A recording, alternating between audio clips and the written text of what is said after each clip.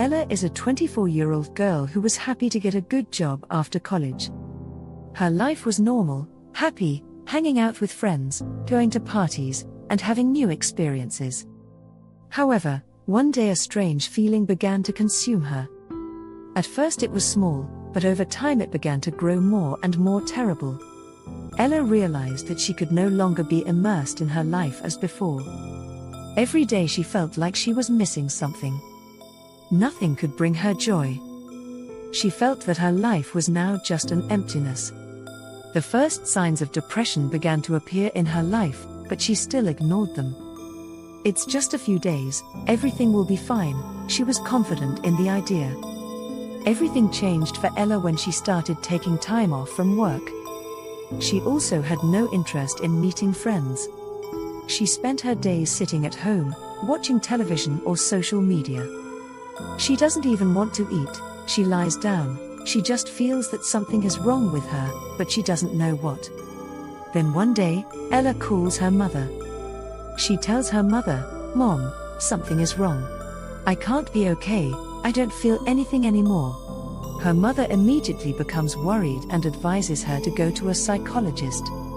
But Ella is still in disbelief. She thinks, it must be some normal stress, some tension. One day, Ella finally meets a psychologist. At first, she feels very hesitant, but the psychologist's loving approach and understanding put her at ease. The psychologist tells her, "It's okay, what you're feeling is not a weakness. You're not alone, many people go through these feelings." The psychologist explains to her in detail about depression and tells her that it can be a natural reaction of the mind and body, which can be the result of a period of stress or a life accident. Ella feels that she has misunderstood herself. Depression is a mental condition that can be caused by stress and trauma. The psychologist began teaching Ella various techniques and methods, such as increasing attention, imagination, and positive thinking. However, this journey was not easy. At first, Ella became very discouraged. She thought, "The failures I have endured for so long will not change anything." She once rightly told her doctor, "I don't feel good, I don't get relief from anything."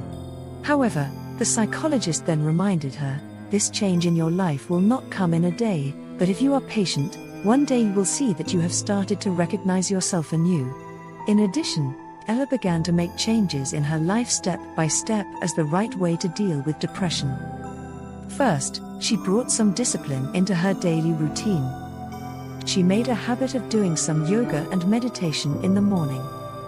She paid attention to her health by paying attention to food, and accepted some challenges at work. These small initiatives, along with the advice of her psychologist, began to bring her some solace. After a few years, Ella realized that she was actually recovering. Her feelings of loneliness had diminished. Her old self-confidence had returned and she was able to function as before. However, this journey had given her a new perspective.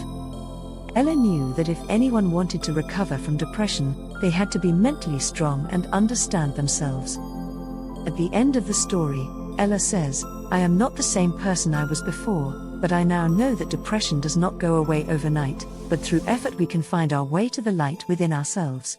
You are not alone. Asking for help is not a sign of weakness, but a sign of strength.